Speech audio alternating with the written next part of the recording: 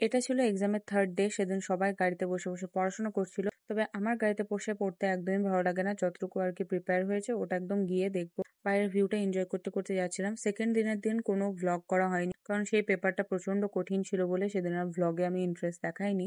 এত সুন্দর ওয়েদার ছিল যে গাড়িতে যেতেও ভালো লাগছিল। তবে দূর থেকে এটাকে দেখে আমি প্রথমে ভাবলাম নদী, ইনফ্যাক্ট আমার বন্ধুরাও ভাবছিল হয়তো নদী, কিন্তু এটা গোটাটাই কিন্তু ভেসে গেছে বন্যার কারণে। এখানে প্রচন্ড পরিমাণে বন্যা হয়েছে এবং চারিদিকটা কিন্তু পুরোপুরি ডুবে গেছে, গাছগুলোও ডুবে গেছে।